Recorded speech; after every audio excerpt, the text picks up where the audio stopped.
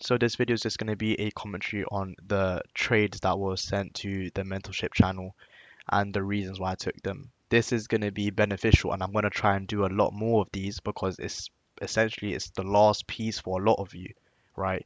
Now, one thing I want you guys to consider, this line, this line is the framework. It's, a big portion of the framework that I'm using every single day on intraday. This is the midnight New York opening price, right? You can see the 12 here, right? It's a bit to the left of it, not the cleanest placement of the line, but you see how it's around the midnight opening price of it. This is what I'm gauging for the daily expansion. Now, this green rectangle, this was a daily volume imbalance. The area of 4,000 to 4,004 on US 500.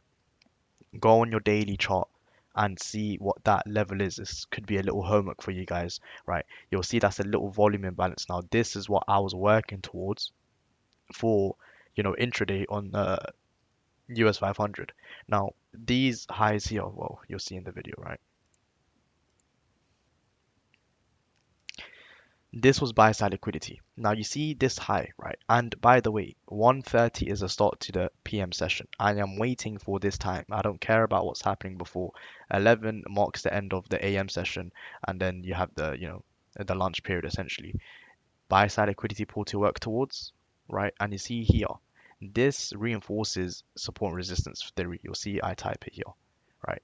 You see this this high influences support resistance theory, the retail method that they think that, you know, if there's highs clustered in a close proximity from one another, that's a strong level and we shouldn't break that because price failed to break that. It's a myth. It doesn't exist. It runs on liquidity, right?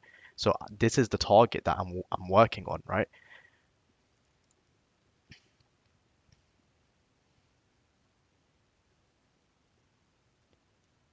Now what I'm waiting for here is this move. This is what I'm waiting for. I'm waiting, right, to get close or beneath this midnight opening price. Why? Because I'm assuming that the candle, the daily candle, is predetermined. It is going to expand higher and reach for that volume imbalance, right? I don't care about how it's here now. This doesn't throw me off. This midnight New York price is telling me, what I'm looking for. If I'm expecting a bullish expansion, sorry, on the, whatever pair it is I'm trading, I'm trying to get close or beneath this and frame a long position. Now, if I just go back a second, it's a bit fast.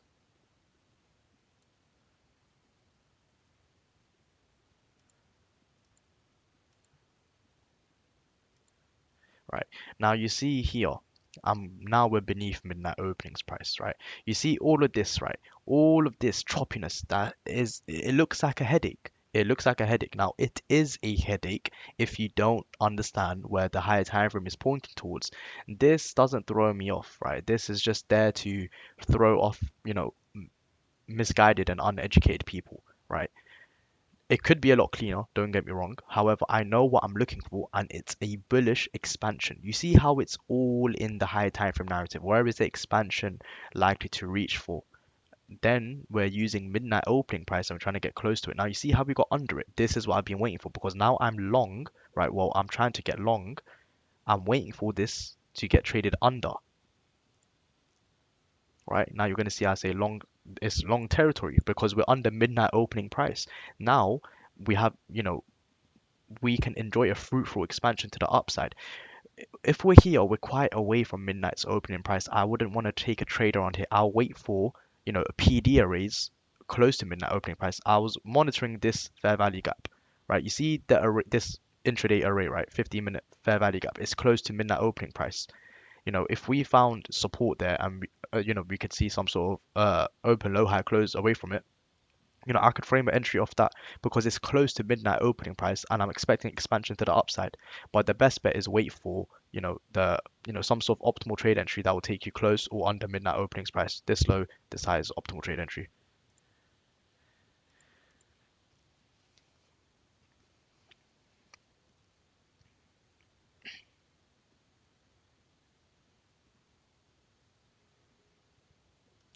Now it's going to reach for buy side liquidity. Look at it, it wiped out these, sell stops just before the PM session. It wiped out those sell stops and it kept that red line, that buy side liquidity pool, it was intact, right? So I'm favoring a move on buy side liquidity and my bias is bullish already as well. So you see how the confluences are starting to pile in my favor. Now what I'm waiting for here, down close candles, I'm waiting for an expansion above it. This becomes a bullish order block.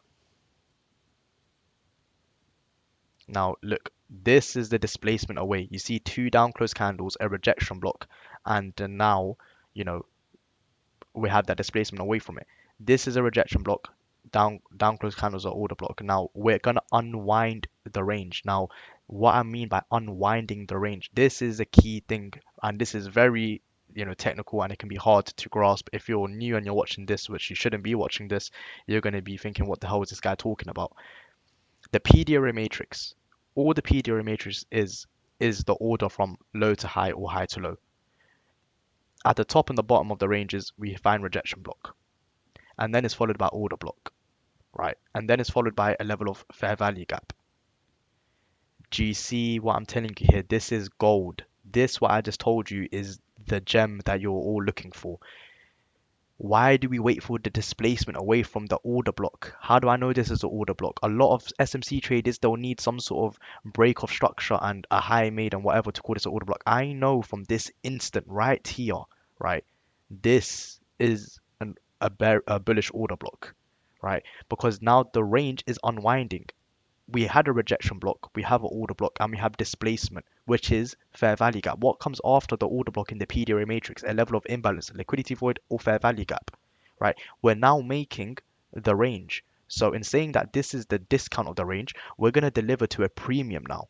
So, you know, try and get in line with the unwinding of the range, right? This is essentially recursion.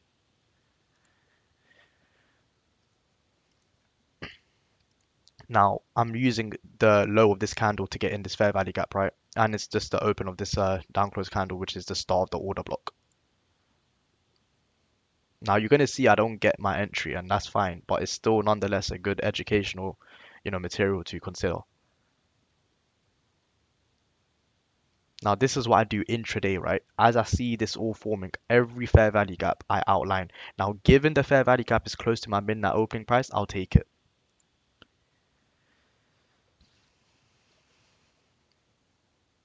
So I outlined that one as well, and I said IO50 on standby. We can run that these two candles lows. You see how they're so equal. We can run that into the fair value gap into the order block. That's just a bit of fun there. Now that you're seeing that expansion, right?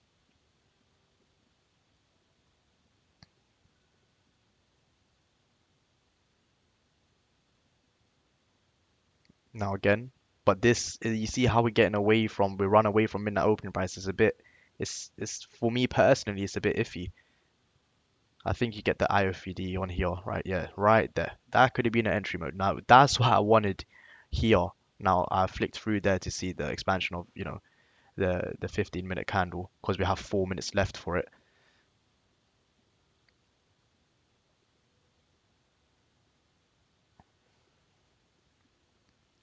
First target, you would consider like a little partial of this volume imbalance right here. You'll see I put a tick on it.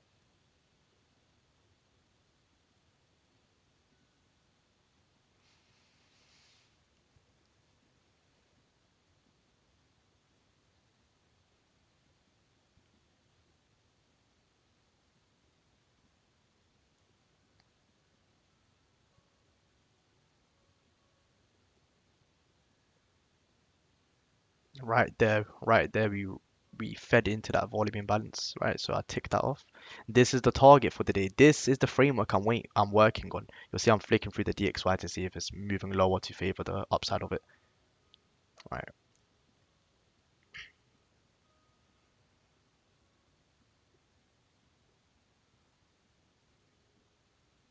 Again, fair value gap outline.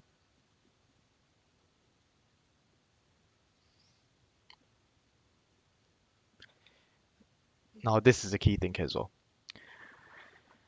The crap you see on YouTube and even online in general. A lot of people call this a breaker block because you have a high, a low, a high, a high, and then displacement lower. Does the time of day fit this narrative? Does the idea that the DXY is looking for lower targets, so the US 500 should look for higher targets, and this volume imbalance is in reach, right? It's in the crosshairs of the daily time frame. Does this bearish breaker make any sense? No, it does not. This is where they fall short. That's where they fall short, right? And that's what I want you guys to stay away from.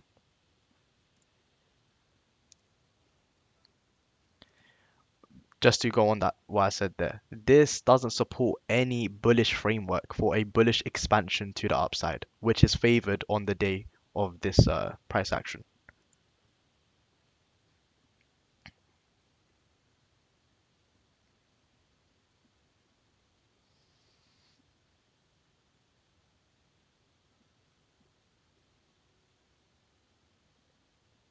That's the take profit of the trade. You'll see these guys stop losses. It gets harassed essentially. Right here, their hearts sank into their chest. Stop loss. You see how the 1 minute, you see what I'm doing here essentially is I know where the daily expansion of the candle is gonna favor. I'm favoring an expansion to the upside. All I am using for the 1 minute and even the 5 minute if I wanted to, all I'm using those time frames to do is find a way to get on the ride of the daily expansion. I'm not considering discount premium of a 1 minute time frame. I'm not doing that. I'm using midnight opening price for like a oversold, overbought, like a real RSI, right? That's what I'm gauging. I'm gauging the daily expansion. Is it higher or lower? If it's higher, I'm trying to get close or to midnight opening price, right? You see how we were under it here?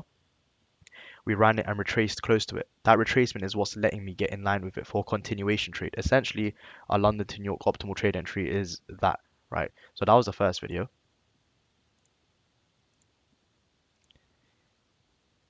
If we go to this one, put the sound down. Now, again, I'm favoring, a short on euro, right? Now, look at this. We have an order block, right? We have an order block that rests in midnight opening price. You see from the midnight opening price how we ran up higher, cleared out these highs here and these flat ones here, and then we, added displacement lower, right? Now we had news on Friday at 10. We had, I believe it was consumer, it was the sentiment, right? The red folder at 10 a.m. New York time. 10 a.m. New York time is around here. Now this, right, we're getting back close to midnight opening price. Now, yes, you could have, if you could have found a long to get back to it, right? Either way, but just known to take profit around this area. But I'm favoring the expansion lower for Euro USD, right? Because I was favoring, a move back to the range on Friday. Now, why was that? Because of the weekly profile. You see, it's all about daily and weekly profiling. Weekly profile, right? We were bearish on the DXY, but Friday, you know, comes back into the range usually. So if Friday's coming back to the range on what I was anticipating a bearish week on DXY, that's a bullish move, a bullish, retracement for the DXY, which is going to be a bearish move on Euro USD Friday.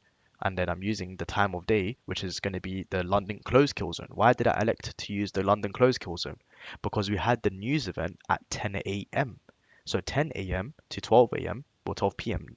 Noon New York time is the London close kill zone. You see how that news event at 10 a.m. It kind of offsets us. We can work with the London close framework, right?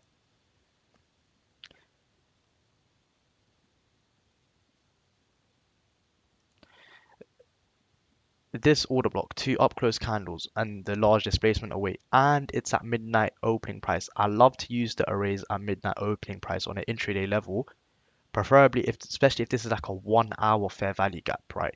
If this was like a 1 hour fair value gap, that move into here, right, to get short again is very, very nice. This framework using midnight's opening price and a PD array, right, for your intraday scalping and day trading in line with your daily bias, right? You can find 20 pip moves like it is nothing. It's very easy when you're using framework like this, right? Your PD array, where the daily expansion is likely to be, time of day with the news events and the kill zones, right? And the midnight's opening price to know how where you want to try get long from and short from, given your bias. You can find 10 to 20 pip moves all day long like that.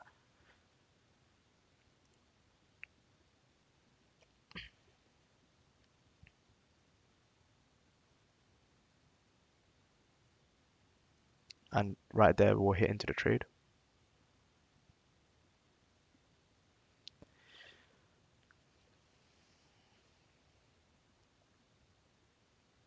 Now, right here, we get like quite a big down close candle.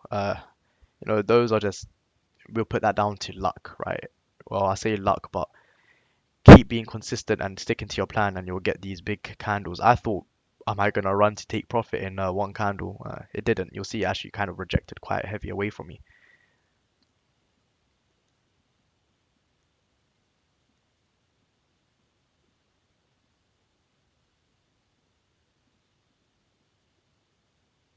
So yeah, right here it's also reject. Now this gets people's heart racing, especially if you're new, and it's totally fine. It's totally normal. It's fine to feel like that.